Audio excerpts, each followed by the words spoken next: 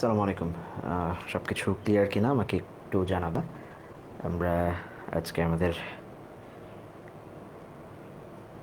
Revision কোর্সের যে ক্লাসগুলো করবো আমরা রেগুলার, ইউনিট 10 খুবই গুরুত্বপূর্ণ এবং এটা নতুন কিছু গল্প এখানে আছে। আমরা ইম্পর্টেন্ট দুইটা যেগুলো আসার মতো একাডেমিক ফাইনালে, সেরকম দুইটা গল্প আজকে পড়বো ইনশাল্লাহ, যেগুলা আমরা চেষ্টা করব যে খুব ভালো করে গল্পগুলোকে বোঝার, দেন আমরা প্রশ্ন এবং অন্যান্য সমাধানেরও চেষ্টা করবো, যেটা জন্য আলাদা ক্লাসে থাকবে ইনশাল্লাহ। সো সব কিছু ক্লিয়ার কিনা আমাকে একটু কনফার্ম করবা যে তোমরা সব কিছু শুনতে পাচ্ছ কিনা ঠিকঠাক, এবং সাউন্ড ঠিকঠাক কিনা একটা আমার এন্ডে আমি চেক করে নিচ্ছি ফাইনালে। সেরকম দুইটা গল্প আজকে পড়ব। ওকে, হ্যাঁ, আমার এন্ডে সব কিছু ক্লিয়ার। সো আই গেস তোমাদের এন্ডে সব কিছু ক্লিয়ার। চল, আজকে ইউনিট 10-এর আমরা যেই একটা নতুন গল্প আসছে 26 ব্যাচে, সেই গল্পটা দিয়ে শুরু করব। মানে যে প্যাসেজটা আসার মতো সেটা হচ্ছে লেসন 4।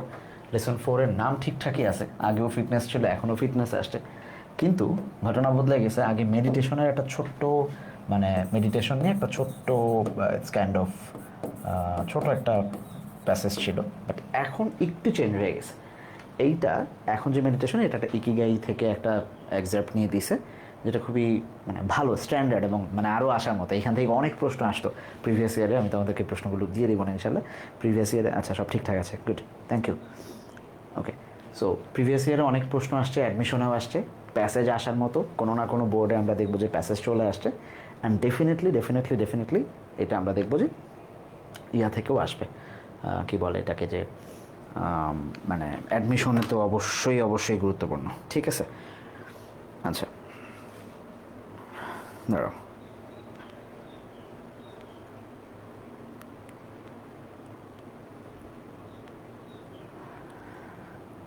আচ্ছা ঠিক আছে, সাউন্ড ঠিকঠাক, এভরিথিং ঠিকঠাক। চলো আমরা প্যাসেজে চলে যাই। এখান থেকে আমরা দেখবো যে একাডেমিকে এবং অ্যাডমিশন একই সাথে দুইটাকে ব্লেন্ড করা যায় কিনা, এবং নতুন গল্প যেহেতু আসার সম্ভাবনা সব জায়গায় বেশি থাকবে। Training the mind can get us to a place to of flow more quickly. আচ্ছা, প্রথমে আমরা দেখতে পাচ্ছি ক্যান গেট আস, এটুকু হচ্ছে ভার্ব। তাহলে ভার্বের সাবজেক্টকে যদি আমরা প্রশ্ন করি, ভার্বের সাবজেক্টকে কে নিয়ে যায় আমাদেরকে? ট্রেনিং দ্য মাইন্ড কোথায় নিয়ে যায়, কোথায় নিতে পারে? To a place of of flow more quickly, এমন একটা প্লেস যেটাকে বলা হচ্ছে প্লেস অফ ফ্লো। একটু ভালো করে আমরা এটা মার্ক করবো, হ্যাঁ, প্লেস অফ ফ্লো। ফ্লোয়ের জায়গায়, ফ্লোয়ের জায়গা মানে কি? এমন কিছু, ফ্লোটাকে একটা স্টেট আমরা বলতেছি, এটা এমন একটা স্টেট যেটা অ্যাকচুয়ালি মনোযোগের সর্বোচ্চ জায়গায় নিয়ে যায়, কনসেন্ট্রেশনের জায়গায় নিয়ে যায়, ফোকাসিংয়ের জায়গায় নিয়ে যায়, নোটিসিংয়ের জায়গায় নিয়ে যায়, সেন্টার্ড করে এমন জিনিস। আবার বুঝাবো, বাট আগে একটু গ্রামার চেক করি। তাহলে ট্রেনিং দ্য মাইন্ড, আমরা প্রথমেই দেখতে পাচ্ছি একটা ভার্ব অন আইএনজি আছে, আগে কোনো অক্সিলারি নাই, এটা একটা নন ফাইনাইট ভার্ব। আমরা বলছিলাম প্রথম ক্লাস থেকে, নিয়মিত তোমাদেরকে এটা বোঝানোর চেষ্টা করতেছি, যখনই নন ফাইনাইট ভার্ব 4 পাবো, অর্থাৎ ভার্ব অন আইএনজি পাবো, সেইটা দুইটা কাজ করবে, হয় সে পার্টিসিপল নাইলে জিরান্ড, হয় সে জিরান্ড অথবা পার্টিসিপল। কিভাবে বুঝবো আমরা? জিরান্ডের কাজ হচ্ছে সে নাউনের কাজ করবে, পার্টিসিপলের কাজ হচ্ছে সে অ্যাডজেটিভের কাজ করবে। এইবার বাক্যটাতে আসো, কে আমাদেরকে নিয়ে যায়? একটা প্রশ্ন করার পরে আমরা এইটুকুকে অ্যান্সার পাইছি। আমি যদি মাইন্ডকে বাদও দিই, ট্রেনিং ক্যান গেট আস বাক্য হয়ে যাচ্ছে। তাহলে এই ভদ্রলোক যেহেতু এইটা ফাইনাইট ভার্ব, তার সাবজেক্ট হিসাবে কাজ করেছে, এই অংশটা হচ্ছে একটা সাবজেক্ট, তার মানে সাবজেক্ট সারা জীবন কি হিসাবে কাজ করে? নাউন হিসাবে কাজ করে। দ্যাটস ওয়াই এই যে ট্রেনিং দ্য মাইন্ড, এই অংশটা নাউন ফ্রেজ হিসাবে কাজ করেছে, শুধু ট্রেনিংটা জিরান্ড হিসাবে কাজ করেছে। আমি বোধহয় বুঝাইতে পারছি। এইটুকু হচ্ছে এখন একটা নাউন ফ্রেজ, এইটুকু হয়ে গেছে একটা নাউন ফ্রেজ। যেহেতু ট্রেনিং দ্য মাইন্ড কয়েকটা শব্দ আছে যেখানে কোনো ফাইনাইট ভার্ব নাই, দ্যাটস এটা একটা নাউন ফ্রেজ। কেন নাউন? কারণ এটা সাবজেক্ট হিসাবে কাজ করছে। শুধুমাত্র ভার্ব অন আইএনজি যেটা আছে ট্রেনিং, এইটা হয়ে যাবে হচ্ছে জিরান্ড হিসাবে এখন কাজ করছে, যেহেতু এটা আর আইএনজি হিসাবে নন ফাইনাইট হিসাবে বসছে। সো এই ধরনের প্রশ্ন যখন আমরা পাবো, তখন আমরা দেখবো যে অ্যাডমিশনে বলো, একাডেমিকে বলো, প্রচুর পরিমাণে এগুলো লাগে। অ্যাডমিশনে তো ডেফিনেটলি লাগবে। সো এগুলোকে আমরা গ্রামারের আইটেমগুলোকে আমরা ফার্স্ট পেপার থেকেই পড়ার চেষ্টা করবো। কোথায় নিয়ে যায়? To a place of flow more quickly, এমন একটা জায়গা, সেটা হচ্ছে ফ্লোয়ের স্টেট। আমরা কি বলছি? ফ্লোয়ের স্টেট। মেডিটেশনের ক্ষেত্রে একটা স্টেট কল্পনা করা হয় যেটা হচ্ছে স্টেট অফ ফ্লো। সেটা কি? সেটাতে আমরা দেখবো যে এমন একটা প্লেস অফ ফোকাসিং, হ্যাঁ, এই ধরনের অর্থে ফোকাসিং, প্লেস অফ কি বলা যায় এটাকে, আরও যে কনসেন্ট্রেট করা যায় এমন জায়গা, হ্যাঁ, কনসেন্ট্রেশন, এই ধরনের কনসেন্ট্রেশন। এই ধরনের অর্থ প্রকাশ করতে পারে। ওই জায়গাটায় নিয়ে যায়, অনেকবার কথা হবে এটা নিয়ে। আচ্ছা, কে নাই? Training the mind. মাইন্ডকে যদি আমরা ট্রেন করতে পারি, তাহলে আগে আমরা পড়ছিলাম যে মাইন্ড ট্রেনিং করা মানে হচ্ছে মেডিটেশনের দিকে যাও। তাহলে meditation is one way to exercise the mental muscles. Meditation করার মাধ্যমে, ধ্যান করার মাধ্যমে, ধ্যান করলে আমরা দেখব এইটা is one way to exercise. এই যে 2+ভার্ব 1, 2+ভার্ব 1 সবসময় কি হয়? ইনফিনিটিভ বলি আমরা এটাকে। 2+ভার্ব 1 এটা ভার্ব 5 হিসাবে কাজ করে, আমরা যেভাবে শিখছি তার বাইরে এটার নাম হচ্ছে ইনফিনিটিভ। কি হিসাবে ব্যবহৃত হয়? ইনফিনিটিভ হিসাবে ব্যবহৃত হয়। To exercise our mental muscle is one way to exercise our mental muscles. মনের ভেতরে যে মাসলগুলো আছে, ব্রেইনের যে মাসল, মনের যে মানে মস্তিষ্কের যে পেশি, মানে এটা ইমাজিন করো যেরকম মানে হেভি এক্সারসাইজ করলে, জিম করলে, যে ছবিটা দেয়া আছে এরকম জিম করলে তোমরা দেখবে যে বডি টডি যারা বানাও, শরীর যেভাবে ঠিক থাকে, মেডিটেশন করলে একটা ওয়ে যে মেডিটেশন করলে ব্রেইনের মাসলগুলা, আমাদের মেন্টাল মাসলগুলা ঠিকঠাক থাকে, মানে মনের চিন্তার ধারা শক্তি এগুলো সব ঠিকঠাক থাকে। সো এইটাই আমাদেরকে আস্তে আস্তে স্টেট অফ ফ্লোতে নিয়ে যায় বা প্লেস অফ ফ্লোতে নিয়ে যায়। বুঝাইতে পারছি? আচ্ছা, কারো যদি কোনো প্রশ্ন থাকে যে কোনো বিষয় নিয়ে আমাদেরকে প্রশ্ন করবা, ঠিক আছে? কমেন্টে প্রশ্ন করবা, তাইলে আমরা অ্যান্সার দিতে পারবো। আসো, there are many types of meditation. আমরা যখন নাউনের ক্লাস পড়ছি, নাউনের ক্লাসে দুইটা জিনিস দেখছি, যে টাইপস, সর্টস। টাইপস কই লিখবো? যদি আমরা কোথাও এরকম পাই যে টাইপস, সর্টস, আর কি কি পাই, আমি একটু বিস্তারিত দেখাচ্ছি। যদি আমরা এমন পাই, সাপোজ আমি একটা এক্সট্রা ইয়া নিয়েই বুঝাই, কোথাও যদি আমরা এমন পাই টাইপ, সর্ট, কাইন্ড, এই ধরনের ওয়ার্ডগুলো আমরা সাধারণত পাই, এদের সাথে সবসময় একটা নাউন আসবে যেটাও সিঙ্গুলার বসবে। নাউন যদি আসে এরপর একটা সিঙ্গুলার নাউন বসবে, ভার্ব আসলেও সিঙ্গুলার ভার্ব বসবে। Type, sort, kind. যেমন I have this kind of pen, আমার এই কাইন্ড অফ পেন আছে।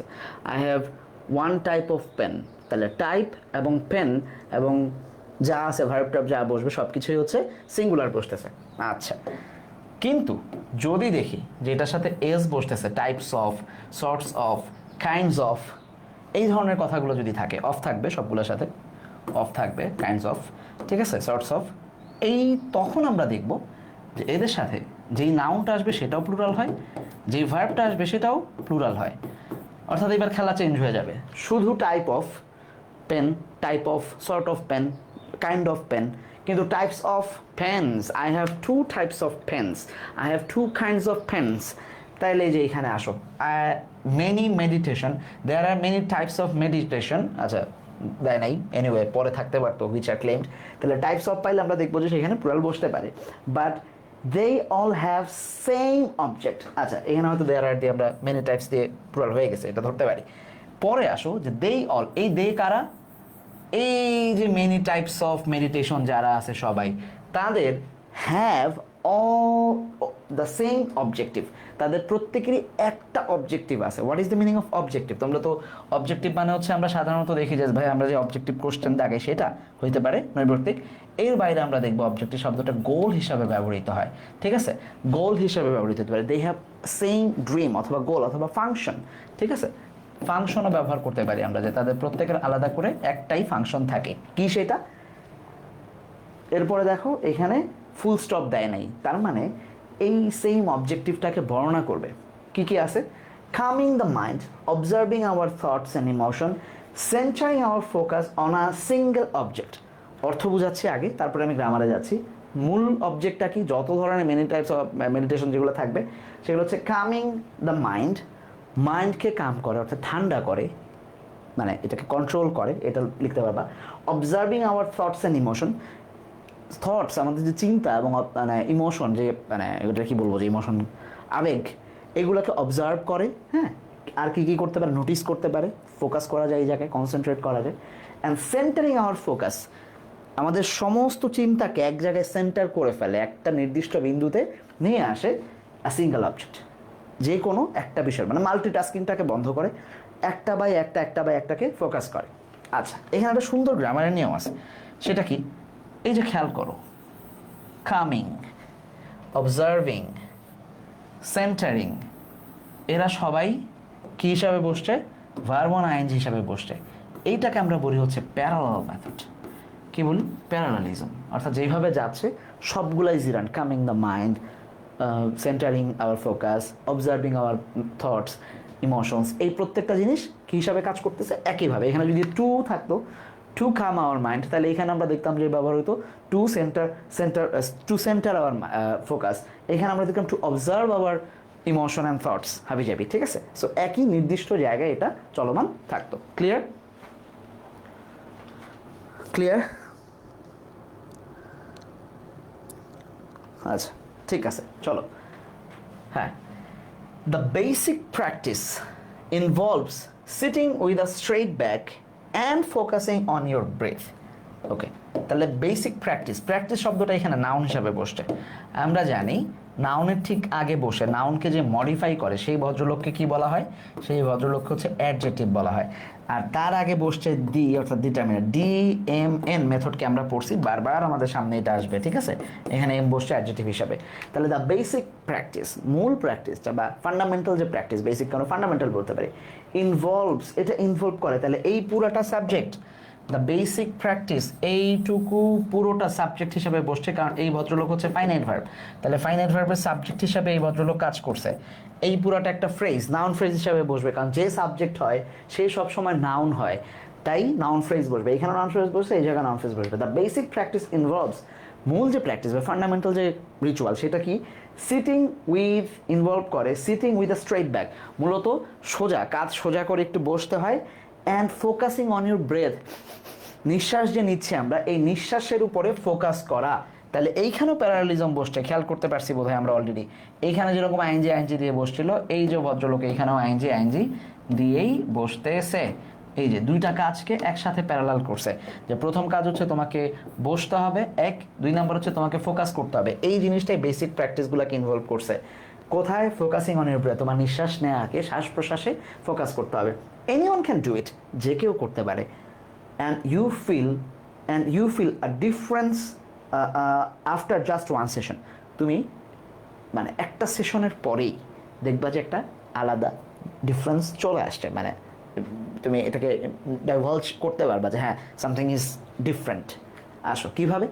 By fixing your attention on the air, by fixing your attention on the air moving in and out of your nose. একটু ভালো করে খেয়াল করো, এই যে এয়ারকে মডিফাই করতেছে না এই ভদ্রলোকরা, কোন ধরনের এয়ার ভাইয়া? যেটা এই এয়ার হচ্ছে নাউন, তাহলে নাউনকে মডিফাই করতেছে কিভাবে? এই এয়ারকে মডিফাই করতেছে এরা। কোন ধরনের এয়ার? আমি অ্যাটেনশন রাখবো, ফিক্সিং ইউর অ্যাটেনশন, তোমার অ্যাটেনশনকে ফিক্স করতে হবে। বাই দিয়ে শুরু হয়েছে, প্রিপোজিশনাল ফ্রেজ হইতে পারতো, বাট এখন সেটা আলটিমেটলি একটা অ্যাডভার্বিয়াল ফ্রেজ হয়ে যাবে, সেদিকে যাচ্ছি না। তোমার অ্যাটেনশন রাখবে কোথায়? অন দ্য এয়ার, বাতাসের উপরে। এই বাতাসকে এবার মডিফাই করতেছে। কোন বাতাস? Moving in and out of your nose, যেইটা মুভ করতেছে তোমার নাকের ভেতর, নাকের বাইরে, in and out of your nose, যেটা তোমার নাক দিয়ে শ্বাস প্রশ্বাস ঢুকতেছে। তাহলে এই পুরো অংশটা moving in or out of your nose, এইটুকু এয়ারকে মডিফাই করার কারণে এই ভদ্রলোক অ্যাডজেটিভ।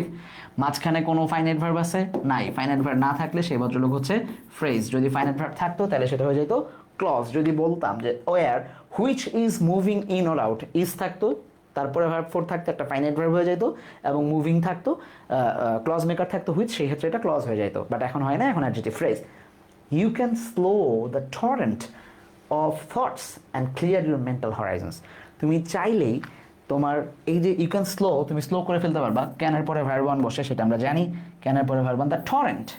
টরেন্ট শব্দের অর্থ হচ্ছে, এটাকে বলা যায় হচ্ছে ধরো চিন্তার ঝড়, মানে যে কারেন্ট প্রবাহিত হয়। ওয়েভ বলতে পারি আমরা, যে স্রোত, হ্যাঁ, এই অর্থে ওয়েভ। তারপরে আর কি বলা যায়? আপাতত ওয়েভ থাকুক, চলো। দ্য টরেন্ট অফ থটস, তোমার এই যে মাথার মধ্যে হাবিজাবি চিন্তা যে ঘুরতেছে। And clear your mental image, তুমি কি করতে পারবা? তোমার clear your mental Horizon. Horizon শব্দের অর্থ হচ্ছে দিগন্ত, এজ বলতে পারি আমরা, হ্যাঁ, এজ, এজ, ঠিক আছে? যে এই বা স্পেস, স্কেপ, এটাও বলা যায়। তাহলে তোমার চিন্তার যে দিগন্তকে, মেন্টাল হরাইজনকে, মানসিক দিগন্ত বা মনোজগতের দিগন্তকে তুমি ক্লিয়ার করে ফেলতে পারবা জাস্ট নিঃশ্বাসটাকে শ্বাস প্রশ্বাসকে কন্ট্রোল করার মাধ্যমে অ্যাটেনশন দিবা যে শ্বাস নিচ্ছি শ্বাস ছাড়তেছি, এই ওয়েতে আমরা চাইলে কি করতে পারবো, অ্যাটেনশন দিতে পারবো। সো এইটুকুতে কারো কোনো প্রবলেম আছে? এনিওয়ান? যতটুকু পড়লাম কারো কোনো প্রবলেম আছে? আছে?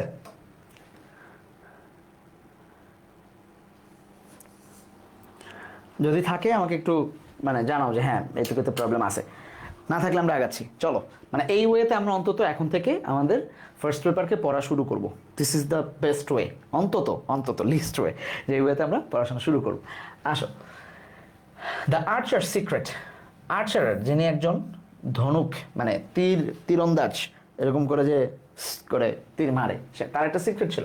The winner of 1988 Olympic gold medal for archery, আর্চারিতে যিনি গোল্ড মেডেল জিতেছিলেন ওয়াজ এ 17-year-old ওম্যান, সাউথ কোরিয়ার মাত্র 17 বছর বয়সী একজন নারী।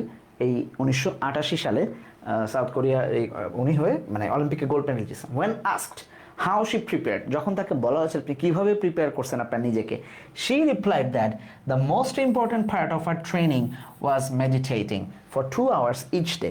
তিনি প্রত্যেক দিন 2 ঘন্টা করে মেডিটেশন করেছেন। তার মানে তার ফোকাস বাড়ানোর ক্ষেত্রে যে আমি যখন হিট করতেছি টার্গেটে ঠিক কীভাবে হিট করবো, এটা মেডিটেশন তাকে হেল্প করছে, কারণ সে সিঙ্গেল জায়গায় ফোকাস করতে পারছে। If we want to get better at reaching the state of flow, যদি আমরা চাই, ইফ যুক্ত বাক্য, তার মানে এটা একটা কমপ্লেক্স সেন্টেন্স, তাহলে ইফ উই ওয়ান্ট এটা হচ্ছে একটা finite verb, meditation is an excellent এটা আর একটা ফাইনাইট ভার্ব, ঠিক আছে? আচ্ছা, if we want to get, ওয়ান্টের পরে সাধারণত আমরা রাইট ফর্ম ভার্বসে পড়ে আসছি অলরেডি, ওয়ান্টের পরে 2 + ভার্ব 1 বসে, রাইট ফর্ম ভার্বসের নিয়ম অনুযায়ী ওয়ান্টের পরে 2 + ভার্ব 1 বসা, ওয়ান্ট, ডিসাইড, নিড, এই ভার্বগুলোর পরে সাধারণত, ঠিক আছে, 2 + ভার্ব 1 বসে। If we want to get better at reaching the state of flow, ওই যে প্রথমে বলছিল না যে মেডিটেশন তোমাকে ফ্লোয়ের স্টেটে নিয়ে যাবে, তুমি যদি ওইখানে ঠিকঠাক রিচ করতে চাও, তাইলে meditation is an excellent antidote to our smartphone. আমাদের যে স্মার্টফোনগুলো আছে সেইটার জন্য একটা অ্যান্টিডোট নামটা তোমরা শুনছো কিনা আমি জানি না, অনেকেরই শুনে থাকার কথা। এটা সাধারণত পাওয়া যায় যে সাপে যখন কামড় দেয় তখন এটার একটা প্রতিষেধক থাকে, এটা একটা প্রতিষেধক হিসেবে ব্যবহৃত হচ্ছে, ঠিক আছে?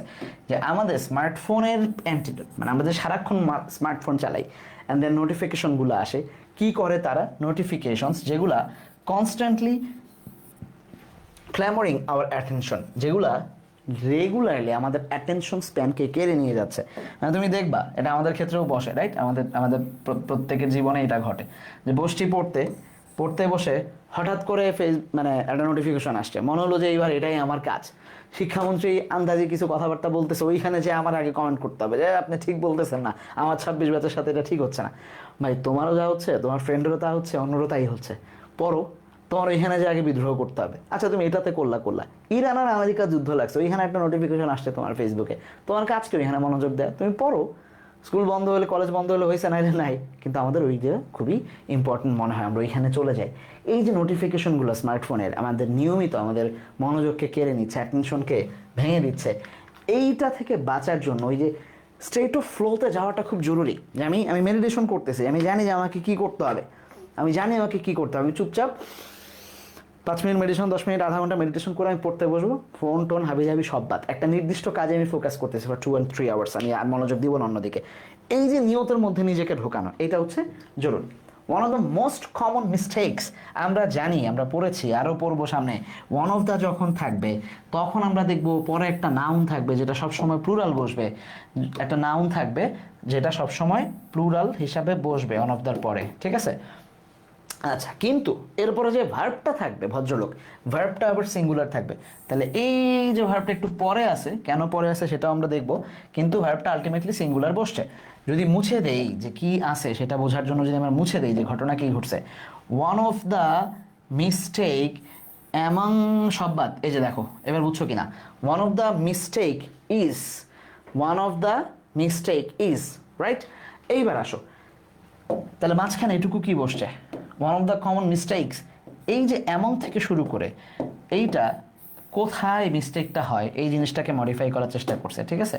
কোথায় মিস্টেকটা হয়, among the people starting two meditate, মানুষ মিস্টেকটা করে কখন, কাদের মধ্যে? Among the people starting two meditate, meditation করার আগে বা শুরুতে যে ভয়টা পায় বা যে ভুলটা করে মানুষ, সেটা হচ্ছে worrying about doing it right, যে তারা ভয় পায় যে আমি বোধহয় ঠিকঠাক করতে পারবো না।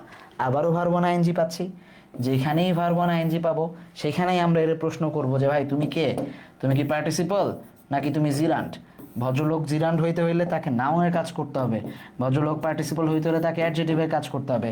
আমরা ভার্বকে জিজ্ঞেস করলাম কি সম্পর্কে সে ওয়ারিড হয়, তাইলে আবার প্রশ্ন করবো one of the most common mistakes among people is this. তাহলে ভার্বের অবজেক্ট হিসাবে worrying about doing it right এই পুরাটা বসছে, তারপরে অ্যাচিভিং অ্যাবসোলিউট এইটাও বসছে, রিচিং নির্বাণা এই পুরাটা তিনটাই বসছে অবজেক্ট হিসাবে। এর মধ্যে আমরা দেখবো যে আবারও সেই প্যারালালিজমের নিয়ম আছে, এই যে worrying verb 3, reaching verb I N G, worrying verb one I N G, achieving verb one I N G, এরা সবাই প্যারালালিজমের নিয়মে বসছে। তাহলে এরা প্রত্যেকেই এই ইজ ভার্বের অবজেক্ট হিসাবে বসছে। ভার্বের অবজেক্ট হিসাবে বসলে ভদ্রলোক নাউন হয়, আর নাউন হওয়া মানে হচ্ছে জিরান্ড হয়। ওকে, ভার্বের অবজেক্ট হিসাবে বসলে নাউন হয়, নাউন হলে জিরান্ড হয়। তাহলে এখানে আমরা দেখবো জিরান্ড, এবং এই ফ্রেজটা পুরাটাই যেহেতু এখানে কোনো ফাইনাইট ভার্ব নাই, এইটা নাউন ফ্রেজ হিসাবে বসছে। অর্থ কি? তারা ভয়টা কোথায়, ভুলটা কোথায় করে, যে তারা ওয়ারিড হয় আমি কি ঠিকঠাকভাবে করতেছি। অ্যাচিভিং অ্যাবসোলিউট মেন্টাল সায়েন্স, আমি যে এরকম 20 সেকেন্ড নিঃশ্বাস ভেতরে নিলাম, নেওয়ার পরে কি আমি কি এখন সাইলেন্সে পৌঁছাইছি? না, আমি তো এখনও ভাবতেছি যে আমার তো কালকে টেস্ট পেপার সলভের একটা ক্লাস ছিল, ওটা তো করতে হবে, আমার তো কোচিংয়ে যাইতে হবে, আরে বিকালবেলা তো ফ্রেন্ডের সাথে খেলা আছে, খেলতে গেলে তো ফ্রেন্ডের কাছ থেকে টাকা নিছি 20 টাকা, ও তো আমরা ধরবে। এই যে হাবিজাবি চিন্তা করেছে, মানে এখনও অ্যাবসোলিউট সাইলেন্সে পৌঁছায় নাই, এটা আমরা ভয় পাই। অথবা রিচিং দ্য নির্বাণা, এটা একটা টার্ম যে নির্বাণ পায়, নির্বাণ, হ্যাঁ, পরিত্রাণ পায়, এটা এটা পুরোটা ব্যাখ্যা করার টাইম না। সো এই নির্বাণে পৌঁছাইতে পারতেছি কিনা, এই হাবিজাবি চিন্তাগুলো মানুষ করে। হাবিজাবি বলে নাই, বাট আমি বললাম যে এই অহেতুক ভুলটা ওয়ান অফ দ্য মিস্টেকস যেটা মানুষ করে, যে তারা এই ভয়গুলা পায়। বাট তোমাকে যেটা বলতেছে সেটা হচ্ছে the most important thing is to focus on the journey. মূল ব্যাপারটা হচ্ছে এত কিছু চিন্তা না করে জার্নিটা শুরু করে দেওয়া। Most important things is to start the journey, focus on the journey, যে আমাকে জার্নিটা শুরু করতে হবে, এটাই হচ্ছে মূল কাজ। আসো, since the mind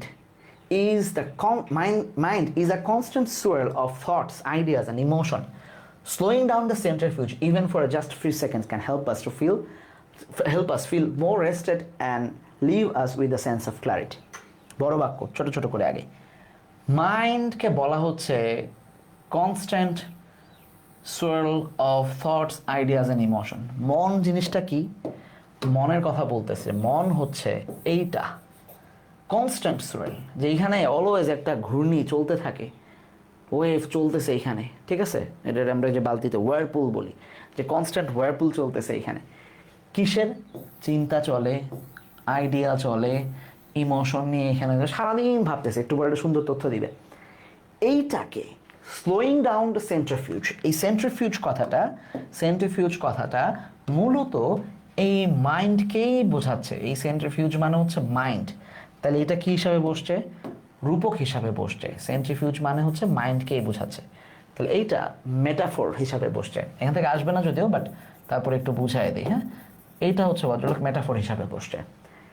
মনটাকে শান্ত করে ফেলা, বা এই যে কেন্দ্রটাকে, মনের মধ্যে যেহেতু অনেক কিছু চলে, এই কেন্দ্রটাকে ঠান্ডা করে ফেলাটা, even just for few seconds, অল্প কিছুক্ষণের জন্য যদি হয়, ক্যান হেল্প আস, এইটা আমাদেরকে হেল্প করবে। তাহলে ক্যান হেল্প ফাইনাইট ভার্ব, এটার ভার্ব সাবজেক্ট কে ভাইয়া? এটা সাবজেক্ট কে? এটা সাবজেক্ট হচ্ছে যে স্লোয়িং ডাউন থেকে সেন্ট্রিফিউজ পর্যন্ত, স্লোয়িং ডাউন হচ্ছে এই ভদ্রলোকের সাবজেক্ট, ঠিক আছে? এটা হচ্ছে subject. Slowing down can help, হেল্পের পরে এটা পজিটিভ ভার্ব হিসাবে বসে, আমরা রাইট ফর্ম ভার্বসে পড়ে আসছি। হেল্পের পরে একটা অবজেক্ট থাকবে, তারপর যেটা থাকবে সেটা সবসময় ভার্ব ওয়ান বসবে। হেল্প, লেট, মেক, এগুলোর পরে সবসময় ভার্ব ওয়ান বসবে। গেটের পরে অবজেক্ট থাকলে ডিরেক্ট ভার্ব, যদি বস্তু থাকে তাহলে ভার্ব থ্রি বসবে, যদি বস্তু না থাকে, ব্যক্তি থাকে, তারপরে বস্তু থাকে, অর্থাৎ ডুয়ার যদি থাকে, আরেকজনকে দিয়ে করাবো যারা দিয়ে, সে থাকলে সেখানে হচ্ছে 2 + ভার্ব ওয়ান বসবে, আর বাদ বাকিগুলোর সাথে ভার্ব ওয়ান বসতেছে। তাহলে কি ফিল করবো? More rested and leave us with a sense of clarity. অল্প কিছুক্ষণের জন্য যদি আমরা এই মনের অস্থিরতাটাকে একটু ব্রেক দিতে পারি, তাহলে এই ভদ্রলোক আমাদেরকে একটু মোর রেস্টেড ফিল করা যায়, একটু শান্তি পাচ্ছে এখন। And leave us with sense of clarity, আমাদেরকে একটা ক্ল্যারিটির মধ্যে দিয়ে যাওয়ায়। যে না ঠিক আছে এখন একটু ক্লিয়ার, মানে একটা সচেতনতা আসছে আমাদের। In fact one of the things we learn in one of the things we learn in practice of meditation is not to worry about anything that fills that flips across our mental screen. বড় বাক্য ছোট ছোট করতেছি। মূল কথা হচ্ছে প্রথমে one of the পাইছি, তাহলে পরে কি পাবো, থিংস নাউন প্লুরাল পাইছি, আবার ভার্ব সিঙ্গুলার পাবো, দুটা কথা মিলছে। তারপরে কি বলছে, তারপরে বলছে যে one of the thing, meditation practice করতে গেলে একটা জিনিস আমাদেরকে মাথায় রাখতে হবে, নট টু ওয়ারি, চিন্তা করা যাবে না, ভয় পাওয়া যাবে না, অ্যাবাউট হোয়াট, এনিথিং, কোনো কিছুর ব্যাপারে, এনিথিং নাউন, তারপরে যেটুকু আছে সেটুকু কি হিসাবে কাজ করতেছে, that flits across our mental screen, আমাদের মনের স্ক্রিনের মধ্যে, মেন্টাল স্ক্রিন মানে তুমি এখন যা দেখতেছো, তোমরা এখানে যারা আসো, এই যে রফিক, তারপরে কাউসার, হ্যাঁ শ্রাবণী, ধরো তুমি এখন আমার স্ক্রিন দেখতেছো, আমাকে দেখতেছো, বাট আমি যদি তোমাকে বলি যে কলেজের কী অবস্থা, কলেজের গেটটা ভাবো তো, তোমার দু একটা ফ্রেন্ডের কথা ভাবো, তুমি আমার দিকেই তাকে আসো, ফোনের স্ক্রিনেই তাকে আসো, বাট তোমার মনের স্ক্রিনে এখন ফ্রেন্ডের কথা ভাবতেছো, কলেজের কথা ভাবতেছো, এসান লোক মিলন দৌড়াচ্ছে তোমাদের পিছনে পিছনে, এটা ভাবতেছো। সো এই যে মনের মানসপট, চিন্তার স্ক্রিনে অনেক কিছু ভাসে। মেডিটেশন করলেও নিঃশ্বাস নিচ্ছি কিন্তু মনে অনেক কিছু ভাবতেছে, প্রথম শর্ত হচ্ছে এদিকে তাকাবা না, তোমার কাজ এইদিকে তাকানো যাবে না, এনিথিং দ্যাট ফিটস। তাহলে এই দ্যাট, গ্রামার চেক করি, এই দ্যাট হচ্ছে এখানে ক্লজ মেকার হিসাবে বসছে, তারপর একটা ফাইনাইট ভার্ব আছে, মডিফাই করছে আগের নাউনকে, এই ভদ্রলোক হচ্ছে নাউনকে মডিফাই করার কারণে অ্যাডজেক্টিভ ক্লজ হিসাবে বসছে, কারণ এখানে ফাইনাইট ভার্ব এবং ফাইনাইট ভার্ব এবং ক্লজ মেকার আছে। ওকে, আগে বসছিল অ্যাডজেক্টিভ ফ্রেজ হিসাবে, কোথায় যেন পাইছিলাম, এই যে এখানে অ্যাডজেক্টিভ ফ্রেজ হিসাবে বসছিল, এখন এসে আমরা দেখতেছি এখানে অ্যাডজেক্টিভ ক্লজ হিসাবে বসছে। ফ্রেজ কেন বসছিল, কারণ এখানে কোনো ফাইনাইট ভার্ব ছিল না, এখন ফাইনাইট ভার্ব আছে। তাহলে the idea of killing our boss might flash into our mind, এমন হইতে পারে যখন আমি নিচ্ছি, মেডিটেশন করতেছি, তখন আমার মনে হলো আমার বসটা মেরা ফেলা উচিত, ঠিক আছে, রাগ করে, হইতে পারে, but we simply label it as thought and let it pass like a cloud. আমরা জাস্ট এটা একটা চিন্তা হিসাবেই ধরবো, ইচ্ছা হিসাবে না, আমরা এটা ছেড়ে দিতে যাবো, যাও যাও চলে যাও, ক্লাউডের মতো, we will let it pass like a cloud, মানে একটা মেঘ যেভাবে সরে যায় সেভাবে আমরা এটাকে সরে যেতে দিব, উইদাউট জাজিং অর রিজেক্টিং ইট। উইদাউটের পরে আমরা জানি যে কোনো, ওই যে আগে একবার বাই ছিল, তারপরে ভার্ব আইএনজি বসছে, উইদাউটের পরে আইএনজি বসবে, হ্যাঁ, প্রিপোজিশনের পরে আইএনজি বসে, অ্যাড ভার্বসের একটা নিয়ম।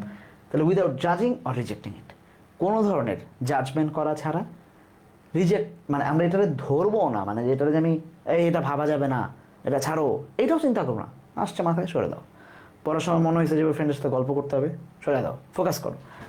ইট is only a thought, one of the 60,000 we have everyday. এই যে বলতেছিলাম যে কি পরিমাণ আইডিয়া, ইমোশন এবং থট মানুষের মাথায় চলে, এখানে বলতেছে যে প্রায় সংখ্যাটা হচ্ছে প্রায় 60,000, 60,000 চিন্তা আমরা প্রতিদিন করি রেগুলার, হিউজ।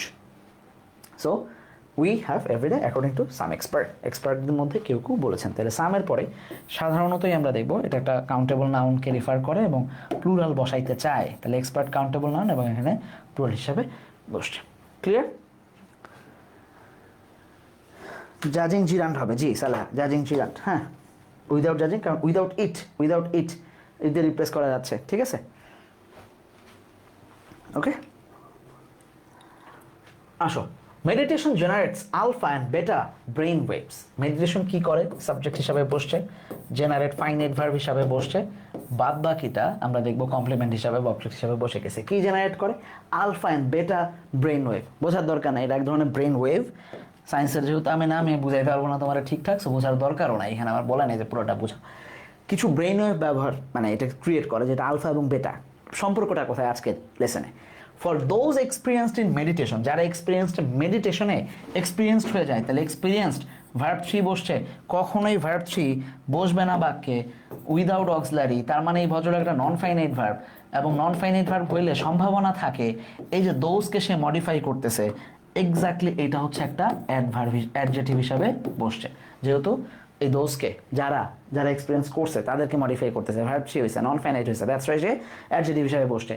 ইন মেডিটেশন, তাহলে পুরোটা যদি টান দেয়, এক্সপিরিয়েন্সড ইন মেডিটেশন, এইটুকু পুরোটা টান দিলে এইটা একটা ফ্রেজ হিসাবে ব্যবহৃত হচ্ছে, যেটা অ্যাডজেক্টিভ ফ্রেজ, যদি এখান থেকে টান দিই। This wave appear right away while it might take half an hour for beginner to experience them. যারা মেডিটেশন এক্সপার্ট তাদের জন্য এটা ইনস্ট্যান্ট চলে আসে, কিন্তু যারা নতুন নতুন শুরু করে তাদের জন্য হয়তো আধা ঘন্টাও লাগতে পারে, হাফ অ্যান আওয়ার লেগে যেতে পারে শুরুতে প্র্যাকটিস করতে করতে। কেন দরকার দিস রিল্যাক্সিং ব্রেইন ওয়েভস? তাহলে আসো, এই ওয়েভ হচ্ছে এখানে নাউন, ব্রেইন নিজ এ নাউন, কিন্তু এখন কাজ করতেছে অ্যাডজেক্টিভ হিসাবে, কারণ ভদ্রলোক নাউন ওয়েভকে মডিফাই করতেছে। রিল্যাক্সিংও নিজে কাজ করতেছে এখানে অ্যাডজেক্টিভ হিসাবে, কারণ সেও ওয়েভকে মডিফাই করতেছে। আবার অ্যাডজেক্টিভ এই রিল্যাক্সিং এর সাথে যেহেতু ভার্ব ওয়ান আইএনজি ওয়ালা অ্যাডজেক্টিভ, দ্যাটস ওয়াই ভদ্রলোক হচ্ছে একটা পার্টিসিপল। কাহিনীটা বোঝা গেছে কিনা, সবাইকে বুঝাইতে পারছে কিনা? ভদ্রলোক অ্যাডজেক্টিভ হিসাবে কাজ করছে কারণ ওয়েভকে মডিফাই করছে। মাঝখানে ব্রেনকে ফেলে দাও, তাহলে বুঝতে পারবা ওয়েভ কেমন, রিল্যাক্সিং ওয়েভ। কোন ধরনের ওয়েভ? Brain wave. ব্রেন নিজে নাউন, কিন্তু এখন কাজ করতেছে নাউন অ্যাডজেক্টিভ হিসাবে। রিল্যাক্সিং আমাদের পয়েন্ট যে যেহেতু অ্যাডজেক্টিভ এবং সে ভার্ব ওয়ান আইএনজি হয়েছে, তাহলে সে পার্টিসিপল। রিল্যাক্সিং ওয়েভ, পার্টিসিপল নাউনকে মডিফাই করছে। এই রিল্যাক্সিং ওয়েভগুলো হচ্ছে কারা? Are ones that are activated right before we fall sleep. আমরা যখন ঘুমায় যাই, right before we fall sleep, তুমি দেখবা, ইমাজিন করো, যখন ঘুমায় একদম ঘুম ঘুম ঘুম ঘুম চলে আসে, মানে আরাম লাগে না, মানে ঘুম আসতেছে না, ডেল ডেল করে তাকায় আছে, সেটা একটা সমস্যা। কিন্তু শোয়ার পরে যখন ঘুম অলমোস্ট, তুমি ঘুমায় গেলেও তার টের পাও না যে কী ঘটতেছে লাইফে, কিন্তু ঘুমটা যখন আসতেছে তখন একটা মজা লাগে, কিন্তু শরীর টরীর ছেড়ে দিচ্ছে, হেভি মানে অস্থির একটা আরাম লাগতেছে সারা শরীরে। এই ফিলটা এই ওয়েভগুলা দেয়, ওই ওয়েভটা জেনারেট হয় ব্রেইনে, এই আলফা এবং বিটা ওয়েভগুলা। এবং কি হয়, অ্যাজ উই লাই ইন সান, যখন আমরা সূর্যের নিচে শুয়ে থাকি, মানে রিল্যাক্স যখন করি, ও right after taking a hot bath, একটা গরম পানিতে গোসল করার পর শরীর যেরকম রিল্যাক্স হয়ে যায়, সেই ধরনের রিল্যাক্সটা হয়ে যায় কখন? যখন আমরা মেডিটেশন করি। মেডিটেশন যখন করি তখন এই কাজগুলা ঘটে। তার মানে একটা মেডিটেশন করার পরে তোমার মনে হবে তুমি গরম পানিতে শাওয়ার নিছো, অথবা আরামসে রৌদ্র স্নান করতেছো, এই রৌদ্র স্নানে এখানে বসতে পারে, অথবা তুমি ঘুমের আগে ব্রেন যেরকম একটা শাটল এক্সপ্রেস হয়ে যায়, ধামধাম একটা ফিল পাই, ওইটা। তার মানে we all carry a spa with us. আমরা সবাই কি করি? আমাদের সাথে স্পা নিয়ে ঘুরে বেড়াই। মানে আমরা চাইলেই পারি যে আমাদের বডিটার একটা পার্লারের মধ্যে ঢুকায় স্পা নিচ্ছি। With us everybody, it's just a matter of knowing. এটা এইটাই জানায় অফ হোয়াট? নোয়িং, জেনারেল হিসাবে বসছে, ঠিক আছে, প্রিপোজিশন অবজেক্ট হিসাবে noun. Of knowing how to get in something anywhere we can do, but bit of practice. যে এই কাজটা আমরা যে কোনো জায়গায় করতে পারি, জাস্ট একটু প্র্যাকটিস দরকার। তাইলেই আমরা দেখবো যে যখন আমরা ক্লান্তি ফিল করতেছি, আমরা যখন টায়ার্ড হয়ে যাচ্ছি, তখন অ্যাকচুয়ালি আমরা ইনহেল করার মাধ্যমে, মেডিটেশন করার মাধ্যমে আমাদের বডিকে রিল্যাক্স করতে পারবো। জাস্ট মনে হবে যে আমি স্প্যানিশ। ক্লিয়ার? বুঝাইতে পারছি? ক্লিয়ার? এটুকু সবার কাছে ক্লিয়ার ভাই? কারো কোনো প্রবলেম আছে? হ্যাঁ, ভেরি নাইস। তাহলে আসো এবার, এটা কিন্তু একদমই নতুন একটা স্টোরি ছিল, সো আই গেস কোনো না কোনোভাবে উপকৃত হবা এটা থেকে ইনশাল্লাহ। আসো এবার,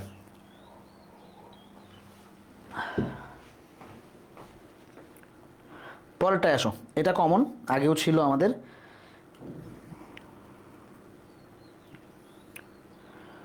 ওকে, তোমাদের কমেন্ট দেখে নেই যে কারো কোনো প্রবলেম আছে কি না।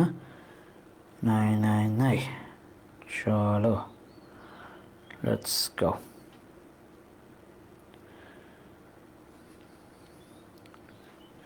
আসো, এগুলো একটু পড়ে নিবা, আমি দিচ্ছি না, যেহেতু পরে এগুলো সমাধান আবার করাবো, তোমরা তোমাদের মতো।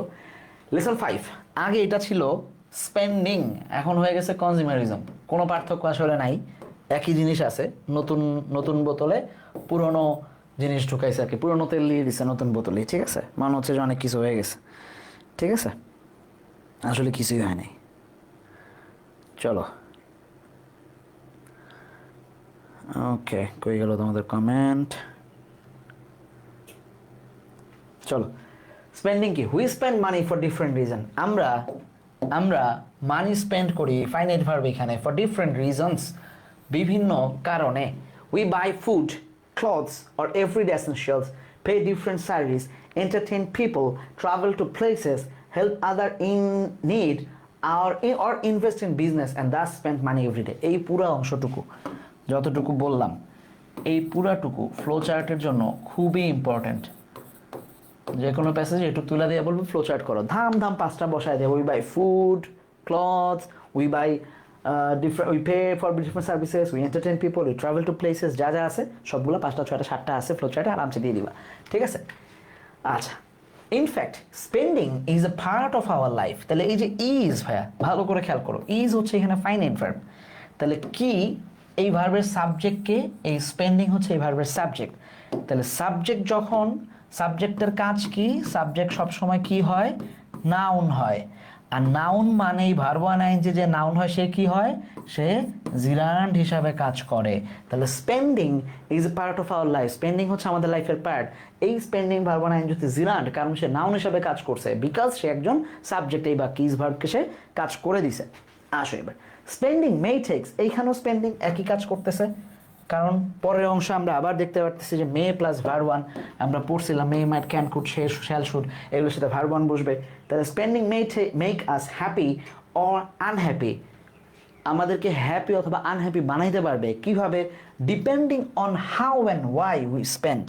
এই যে এখানে হাউ এবং হোয়াই, এরা হচ্ছে রিলেটিভ প্রোনাউন বা ক্লজ মেকার হিসাবে বসছে। এই ভদ্রলোকরা বাক্যটাকে কি করে নাই, এই জন্য পরে এসে আমরা দেখতে পাচ্ছি এখানে কোনো প্রশ্নবোধক চিহ্ন নাই। এইখানে আমরা দেখবো যে আগে সাবজেক্ট বসছে, তারপর অক্সিলারি যদি থাকে বসছে, অথবা ডিরেক্ট ভার্ব বসছে। যেহেতু বাক্যটা প্রেজেন্ট ইনডিফিনিট, এই জন্য আর অক্সিলারি ডু বা ডাজ বসাইতে হয় নাই। ঠিক আছে, আসো এবার when we spend money on things and we need that we need or within our limit, it is good. যখন আমরা টাকা খরচ করি, তাহলে when we spend money, হাবি যাবি এইটুকু আছে, এইটুকুকে আমরা বলতে পারি একটা ক্লজ লিমিট পর্যন্ত টান করে ইট ইজ গুড। তাহলে ইট ইজ গুডকে সামনে নিয়ে আসো, মনে মনে চিন্তা করো যে আমি ইট ইজ গুড এই অংশটুকুকে সামনে নিয়ে আসলাম, এটুকু হচ্ছে প্রিন্সিপাল ক্লজ। কখন ইট ইজ গুড, মাঝখানে এবার হোয়েন বসবে ক্লজ মেকার হিসেবে, ইজ ওইখানে একটা ফাইনাইট ভার্ব, এইখানে স্পেন্ড একটা ফাইনাইট ভার্ব, দুইটা ফাইনাইট ভার্বের মাঝখানে একটা ক্লজ মেকার বসছে ওয়েন, ডাব্লিউএস যুক্ত যে কোনো ক্লজ মেকার বসলে বাক্যটা হয়ে যায় হচ্ছে কমপ্লেক্স সেন্টেন্স। এই বাক্যটা একটা কমপ্লেক্স সেন্টেন্সের বাক্য। ওকে, বুঝতে পারছি কিনা? ফ্রি টেস্ট পেপার সলভ করাবেন নাকি ভাই? হ্যাঁ করাবো। আচ্ছা ভাই, দেবে টেস্ট পেপারের কথা যেহেতু আসছেই, তোমাদের জন্য একটা টেস্ট পেপার সলভ ব্যাচই আছে ডেডিকেটেড, মানে যেগুলো ক্লাসগুলো তোমরা একদম সাজানো সুন্দরভাবে পেয়ে যাবা স্কুল অফ এক্সেলেন্সের ওয়েবসাইটে। তোমরা চাইলে এই bdsoi.com এই বা আমাদের পেজে মেসেজ দিলে আমরা এটাকে মানে তোমাদেরকে বুঝিয়ে দিতে পারবো। তো এই টেস্ট পেপার সলভ কোর্সটাকে তোমরা চাইলে নিতে পারো, যে এখানে একদম A to Z সবগুলো ক্লাস পাবা, পাশাপাশি টেস্ট পেপার আলাদা ক্লাস, সেগুলো খুব সুন্দর করে ওইভাবে সাজানো থাকবে, নিজের সুবিধা অনুযায়ী দেখে নিতে পারবা। ঠিক আছে, আসো এবার when it becomes compulsive behavior, যখন এইটা একটা কম্পালসিভ বিহেভিয়ার হয়ে যায়। কোন ধরনের বিহেভিয়ার? কম্পালসিভ, মানে যেটা থামানো যাচ্ছে না, তুমি কন্ট্রোল করতে পারতেছো না, টিকটক দেখার মতো, ফোন চালানোর মতো, আমি চাচ্ছি না এখন চালাইতে, কিন্তু আমি ফোন থেকে রাখতে পারতেছি না হাত থেকে ফোনটা। ঠিক আছে, তার মানে এটা যখন অ্যাগ্রেসিভ হয়ে যায়, এটা যখন অ্যাগ্রেসিভ হয়ে যায়, ইরিভার্সেবল হয়ে যায়, ইরিভার্সিবল হয়ে যায়, যেটাকে থামানো যায় না, আনস্টপেবল বিহেভিয়ার হয়ে যায়, তখন আমরা দেখব ইট মেক্স লাইফ স্ট্রেসফুল। তখন এটা জীবনকে স্ট্রেসফুল বানায় ছাড়ে। Unnecessary spending on things, unnecessary spending or spending beyond one's limit has some bad effects. যখন কেউ নিজের সাধ্যের বাইরে যে স্পেন্ড করে বিয়ন্ড লিমিট, অথবা আননেসেসারিলি স্পেন্ড করে, তখন আমরা দেখব এইটার কিছু ব্যাড ইফেক্ট রয়েছে। ইফেক্ট এবং এফেক্টের পার্থক্য আশা করি সবাইরই জানা আছে, আরেকবার বলে দিই। ইফেক্টস হচ্ছে নাউন, আর এফেক্ট যেটা এ দিয়ে শুরু, এটা হচ্ছে ভার্ব। এইটুকুই পার্থক্য দুইটার মধ্যে। For one thing, it may lead to financial ruin or ডেপ্ট, এটা তোমাকে আস্তে আস্তে আর্থিক ধ্বংসের দিকে নিয়ে যাবে। তাহলে ফিনান্সিয়াল শব্দটা হচ্ছে এখানে অ্যাডজেক্টিভ, কারণ তারপরে ঋণটা হচ্ছে এখানে নাউন, অথবা ঋণের দিকে নিয়ে যাবে। And for another, it May create unhappiness within families, অথবা এটা তোমার ঘরের মধ্যে, সংসারের মধ্যে, পরিবারের মধ্যে আনহ্যাপিনেস তৈরি করবে। People who overspend are never satisfied, মাঝখানে এই অংশটুকু যেটুকু দাগ দিচ্ছি বাদ দিয়ে দাও, দেখো তো কি হয়, বাক্য ঠিকঠাকই আছে না? পিপল আর নেভার স্যাটিসফাইড, স্যাটিসফাইডের সাথে রাইট ফর্ম ভার্বস না, সরি, অ্যাডজেক্টিভের নিয়ম অনুযায়ী স্যাটিসফাইডের সাথে কি বসে সবসময় ভাইয়া? স্যাটিসফাইডের সাথে উইথ বসে, প্লিজের সাথে অ্যাট বসে, অ্যানো এর সাথে অ্যাট বসে, অন্যান্য সবগুলোর সাথে বাই বসে, মানে normally, right? It is done by him, মুক্ত মুখ হাবি যাবি, বাট ভয়েসের নিয়ম অনুযায়ী স্যাটিসফাইড উইথ বসে। দেখো মুখস্থ করার দরকার নেই, এখানে আছে। তাহলে আসো আসিলাম যেখানে পিপল আর নেভার স্যাটিসফাইড বাক্য হয়ে গেছিল, তাহলে মাঝখানে এই ভদ্রলোক কি হিসাবে কাজ করতেছে? এই ভদ্রলোক এই অংশটুকু এই পিপল নাউনটাকে মডিফাই করতেছে। যেহেতু পিপল নাউন, তাকে যে মডিফাই করতেছে তার মাঝখানে একটা ক্লজ মেকার আছে, একটা ভার্ব, ফাইনাইট ভার্ব আছে। এই ভদ্রলোক হচ্ছে অ্যাডজেক্টিভ হিসাবে কাজ করতেছে, এবং এইটুকু ছোট্ট 2টা লাইন দিয়েই এইটা একটা অ্যাডজেক্টিভ ক্লজ। আমাদের মনে হয় ক্লজ অনেক বড় হয়, অ্যাকচুয়ালি তা না। এই যে দেখো ছোট্ট একটা কাজ। আচ্ছা আর ভালো করে বুঝাই, মজার, খুবই মজার এটা। দেখো এই হু এখানে ক্লজ মেকার হিসাবে বসছে, তারপর একটা ফাইনাইট ভার্ব আসছে, বাস শেষ। আমার একটা ক্লজ মেকার একটা ফাইনাইট ভার্ব হলেই ক্লজ হয়ে যাওয়ার কথা ছিল, হয়ে গেছে ক্লজ। তাহলে কোন ধরনের ক্লজ এটা? এই ভদ্রলোক হচ্ছে একটা অ্যাডজেক্টিভ ক্লজ, কারণ সে কি করছে? অ্যাডজেক্টিভ ক্লজ, কারণ সে এই যে পিপল নাউনটাকে সে মডিফাই করছে। That's it. আচ্ছা, হোয়াট দে হ্যাভ, তাদের যা আছে সেটা নিয়ে তারা কখনোই সন্তুষ্ট না। এইবার আসো, মজার, খুবই মজার। আসো, এই যে উইথের পরে স্যাটিসফাইড, তারা স্যাটিসফাই না।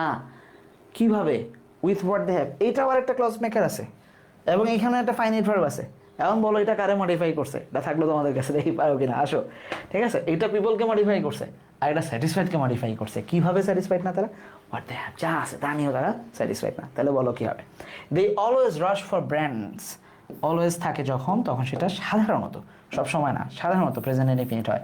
বার ওয়ান আছে, brands, fashion item, designers cloth, এগুলোই দেখতে থাকে। Over the period of time it becomes an addiction.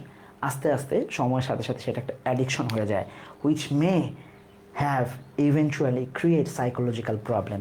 এই অ্যাডিকশনটার কথা বলতেছে। অ্যাডিকশনের ব্যাপারে কি বলছে? এইটুকু বলছে, which may create psychological problem. তাহলে অ্যাডিকশনটা তো নাউন ভাইয়া, রাইট? কোনো সন্দেহ নেই তাতে যে অ্যাডিকশন নাউন। তাহলে নাউনকে যে মডিফাই করতেছে এই ভদ্রলোক অ্যাডজেটিভ। কোন ধরনের অ্যাডজেটিভ? ক্লজ মেকার আছে, ফাইনাইট ভার্ব আছে, অ্যাডজেটিভ ক্লজ আছে। তাহলে দেখো, বড় একটা বাক্যের অংশ অ্যাডজেটিভ ক্লজ, মাত্র 2টা শব্দ দিয়ে গঠিত একটা ক্লজও অ্যাডজেটিভ ক্লজ। বাক্যের সাইজ দেখে বাক্যের গ্রামার নির্ণয় করা যায় না, বাক্যের ফাংশন দেখে গ্রামার নির্ণয় করতে হয়। ক্লিয়ার? আসো এবার, nowadays consumer items are displayed in store or in advertisement in a way that they create a feeling of immediate need for them. এমনভাবে এগুলাকে, কনজিউমার আইটেমগুলোকে সাজানো হয় বা ডিসপ্লে করা হয় যাতে মনে হয় যে এখনই আমার দরকার, একটা জিনিস দেখছি নগদ নগদ আমার লাগবে। We are constantly tempted, we are tempted. আর হচ্ছে বি ভার্ব, বি ভার্বের পরে সাধারণতই ভার্ব 3 পাবো অথবা অ্যাডজেটিভ পাবো। তাহলে টেম্পটেড মানে হচ্ছে এখানে অ্যাডজেটিভ হিসাবে বসছে। কী অর্থে ব্যবহৃত বসতে পারে? প্রোভোকড, আমাদেরকে প্রোভোক করা হয়। অ্যালুরড, আমাদেরকে চাহিদা দেয়া হয়, আমাদেরকে পুশ করা হয়, কিন কিন কিন, এটা ভালো লাগতেছে তোরা দেখতে। টু বাই, কেন? To buy, use or consume thing even when we do not have genuine need. আমাদের প্রয়োজন নেই এখন, জেনুইন কোনো নিড নেই, বাট স্টিল আমাদের মনে হচ্ছে কিনলে মনে ভালোই লাগতো। ঠিক আছে? We all need to be careful হ্যাঁ, আমাদের সবাইকে এখানে খুবই কেয়ারফুল হতে হবে। সেলস পার্সন যারা অফেন এনকারেজ কাস্টমারদেরকে তারা এনকারেজ করে টু বাই থিংস। আচ্ছা, কি করে? এনকারেজ কাস্টমার্স, কাদেরকে? To buy things by flattering them, তাদেরকে ফ্ল্যাটার করে করে, প্রশংসা করে করে, প্রেইজ করে করে, হুদাই প্রভোগ করে করে তারা বলে যে ভাই sir this is perfect match for you, খুবই খুবই সুন্দর লাগতেছে, এই ধরনের ডায়লগ মারে। They would say you look so stunning in this dress, আপনাকে খুবই অসাধারণ লাগতেছে। ঠিক আছে? আচ্ছা, never forget they say the same thing most of the customers, তারা বেশিরভাগ কাস্টমারকে একই কথা বলে। So you it's better not to be persuaded by such words, তোমার এই তাদের কথায় মন ভোলানোর দরকার নাই। They use these words to please the customers, as the more customer buy the higher profit is. এইটা অ্যাডমিশনে যখন যাবা তখন দেখবা এক্সপ্লেনেশনের জন্য আসতে পারে। আপাতত রাখো, এখানে একটা সুন্দর গ্রামারের নিয়ম আছে, অ্যাডজেটিভের ক্লাসে পড়াইছিলাম। দা প্লাস এই যে কম্পারেটিভ, একটু পরে আবার ডট ডট যে আবার দেখবো যে দা প্লাস কম্পারেটিভ বসবে। The better, the taller, the better, the more, the higher, the stronger, the sharper. ঠিক আছে? এইভাবে বসবে। Overspending is not only related to shopping, এটা শুধু শপিংয়ের ক্ষেত্রে না। তাহলে ওভার স্পেন্ডিংটা হচ্ছে এখানে কি হিসাবে বসছে? জিরান্ড হিসাবে বসছে, কারণ ইজ ভার্বকে সে মডিফাই করছে। তাহলে শপিংয়ের সাথে এটা রিলেটেড না, it applies to other activities as well as eating out. খাইতে গেলে আমরা ওভার স্পেন্ড করি কেমনে? People buy too many item to eat. To and too এর ব্যবহার, এইটা পুরাটা এই যে টু অ্যান্ড টু যখন থাকে এইটুকু হচ্ছে সিম্পল সেন্টেন্স হয়। চাইলেই আমরা এইখানে সুন্দর করে এটাকে কি করতে পারি, এই যে এইটুকু ধরে কমপ্লেক্স সেন্টেন্স বানাইতে পারি। People buy so much that they can't eat, right? Changing সেন্টেন্সের নিয়ম পড়াইছি তোমাদেরকে অলরেডি, সেইখান থেকে আমরা এই জিনিসগুলোকে বের করতে শিখবো যে টু অ্যান্ড টু যখন আসে তখন আমরা দুইটা ভার্ব বাই এবং ইটকে কী করি, এখন ইট তো ভার্ব 5 আছে, নন ফাইনাইট আছে, এটাকে ব্যবহার করবো they buy so many things that they cannot eat. তাহলে সো মেনি, এটা হচ্ছে দ্যাট বসে মাঝখানে ইয়া বসতেছে, দুইটা ফাইনাইট ভার্ব বসতেছে। They can eat only some of them and rest are wasted. বাদ বাকিগুলা কী করে তারা? ওয়েস্ট করে ফেলে। এই যে ওয়েস্ট করতেছে আর ওয়েস্টেড, বি ভার্বের পরে অ্যাডজেক্টিভ বসছে। It is not responsible attitude, এই অ্যাটিটিউডটা, এই আচরণটা, অ্যাটিটিউড নাউন, রেসপন্সিবল না। এই নাউনকে কে মডিফাই করছে? এই অ্যাডজেক্টিভ রেসপন্সিবল তাকে মডিফাই করছে। Okay, we cannot simply waste food, ক্যানটের পরে ভার্ব 1 বসছে, because we have the money to buy it. আমাদের টাকা আছে কেনার, এই জন্য কিনে আমরা খাবার ওয়েস্ট করবো, এটা ঠিক না। পৃথিবীতে অনেক মানুষ না খেয়ে থাকে, অনেক মানুষ দুবেলা পেট ভরে খাইতে পারে না, এই জিনিসগুলা, ঠিক আছে?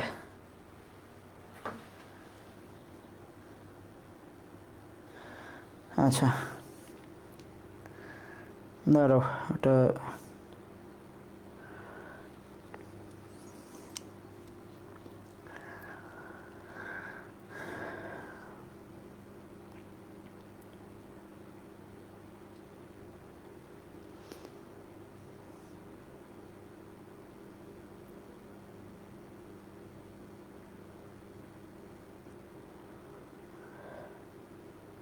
ওকে চলো আসো। তারপর young people in shopping mall often look at an item on display and think, oh I must buy it, আমার মনে হয় কিনতে হবে, আই রিয়েলি নিড ইট। তারা দেখে কোনো একটা পণ্যের প্রতি এবং ভাবে যেটা মনে আমার কিনতে হবে না। They may not have the money they need in their wallet, so they use credit card. তারা ক্রেডিট কার্ড ব্যবহার করে। আচ্ছা এখন লাগবে না, ক্রেডিট কার্ড দিয়ে কিনি, টাকা তারা এখন যাচ্ছে না। But using them is like a taking a loan. এই যে ক্রেডিট কার্ড দিয়ে তুমি টাকা নিচ্ছ, এটা তো লোন নেওয়ার মতো, কারণ তোমার ফ্রি দিচ্ছে না, আবার কেটে নেবে। If they are not careful the loans increase which might lead them to the trap. এই লোন আস্তে আস্তে বাড়তে বাড়তে তাদেরকে একটা ঋণের ট্র্যাপের মধ্যে ফেলে দিবে। আজকে তার কাছ থেকে নিবা, পরশুদিন ওরে দিবা, পরশুদিন আরেকজনের কাছ থেকে নিয়ে ওরে মিটাবা, এইরকম ঘুরতে ঘুরতে প্রতি মাসে একজনের কাছে তুমি অলওয়েজ ধারের মধ্যেই থাকবা, which is not good. Sometimes children insist on, এই নিয়ম বহুবার পড়ছো, আবার খেয়াল করো। রাইট ফ্রম ভার্বসের নিয়ম অনুযায়ী ইনসিস্ট অনের পরে ভার্ব 1 আইএনজি বসে। তাহলে চিলড্রেন ইনসিস্ট করে buying things that their parents cannot pay without stretching their budget. Stretching their budget শব্দটা হচ্ছে একটা ফ্রেজ। এই ফ্রেজটাকে মানে এই ফ্রেজটাকে আমরা ব্যবহার করি কোথায়? যখন আমরা দেখি যে মানে ইয়া করা হয়, পকেট কেটে টাকা বের করা, ঠিক আছে? ওকে আসো। This may happen because the children's friends also have them. এটা এই যে কারণে ঘটে যে ওর বন্ধুরা আছে, এই জন্য ওর লাগবে। It is not fair to become a burden for the parents, যে এইটা কখনোই উচিত না, কারণ এইটা বাবা মায়ের জন্য it becomes a burden, burden বোঝা হয়ে যায়। হ্যাঁ, it becomes a burden for the parents, প্যারেন্টের জন্য এগুলো বোঝা হয়ে যায়, এই কাজগুলো করা উচিত না। Finally don't get trapped by, গেটের পরে বলছিলাম না, গেটের পরে সবসময় কী আসবে? সাধারণত ভার্ব 3 আসবে। যদি আরেকটা অবজেক্ট থেকে আসে তাহলে সেই ক্ষেত্রে আমরা দেখব যে 2 প্লাস ভার্ব আসে। Get trapped by the glossy advertisement, তাহলে অ্যাডভার্টাইজমেন্ট হচ্ছে এখানে নাউন, তার আগে যে শব্দটা আছে সেটা হচ্ছে এখানে গ্লসি, হচ্ছে এখানে অ্যাডজেটিভ। মানে খুবই ফ্ল্যাশি চকমকে অ্যাডভার্টাইজমেন্ট দেখে মন ভুলো না। On television or the internet you should rather ask your self, do I need this, আমার কি এটা দরকার? The best way to control the habit of স্পেন্ডিংয়ের হ্যাবিটটাকে কন্ট্রোল করার বেস্ট ওয়ে হচ্ছে not to think what I need, এটা ভাবো না যে আমার কি দরকার, বরং এইটা ভাবো can I do without it, যা আছে আমি কি এটা ছাড়াই চলতে পারবো কিনা। দুটো প্রশ্ন খুবই খুবই অসাধারণ হ্যাবিট চেঞ্জ করার জন্য। যে হোয়াট আই নিড, আমার কি দরকার, এইটা প্রশ্ন না করে তুমি বলবা যে এটা ছাড়া কি আমি চলতে পারবো, তাইলে দেখবা যে আর কিনতে হচ্ছে না। ঠিক আছে, সেখানে কিছু প্রশ্ন দেওয়া আছে, আমি তো দিয়ে দিব, এগুলো লাগবে না, আর অন্যান্যগুলোও ফ্লোচার্ট এবং হাবি জাবি আমরা করাবো ইনশাল্লাহ।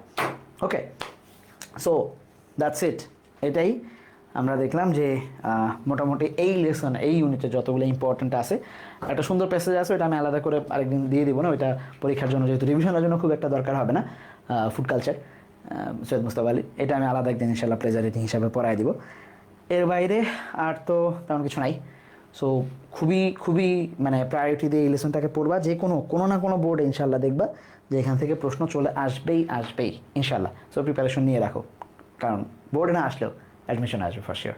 ওকে ওকে, সো এগুলো থেকে এক্সপ্লেনেশন আসবে, can I do it or can I do without it. Okay, so তাহলে ভালো থাকো, সুস্থ থাকো, পড়াশোনার মধ্যে থাকো।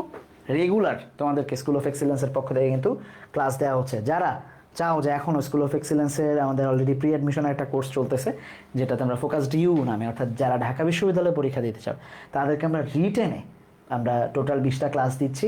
রিটেন, টেক্সট বুক, ভোকাবুলারি এগুলো তোমাদেরকে পড়াবো, ইংরেজির ক্ষেত্রে তো পড়াবোই, বাংলাতেও থাকবে, এবং জিকেতে আমরা আলাদা করে জিকের মৌলিক তোমাদের বই থেকে যারা মানবিক আছে তারা তাদের বই থেকে কীভাবে জিকেতে এক্সপার্ট হবে বা অ্যাডমিশনে যখন যাবে তখন জিকে কীভাবে কাজে লাগে এই জিনিসগুলো জানতে পারবে। খুবই মাত্র 20টা ক্লাসে খুবই অসাধারণভাবে, যারা অলরেডি অ্যাডভান্স থাকতে চাও সেম জিনিস অ্যাডমিশনে গেলেও আবার পড়াবো আলাদাভাবে, বাট তখন দেখবা যে অনেক সময় অনেকের একটু ঝামেলা হয়। একমাত্র যাদের রিটেনের প্রবলেম আছে, সবার আসার দরকার নেই কোর্সে, যাদের রিটেনের প্রবলেম আছে কিংবা আমরা চাই যে অ্যাডভান্সড ওয়েতে আমরা রিটেনকে আগে থেকেই প্রিপেয়ার করে রাখুন, পরীক্ষার জন্য 3 মাস পাবা, এমসিকিউ পড়বা না রিটেন পড়বা।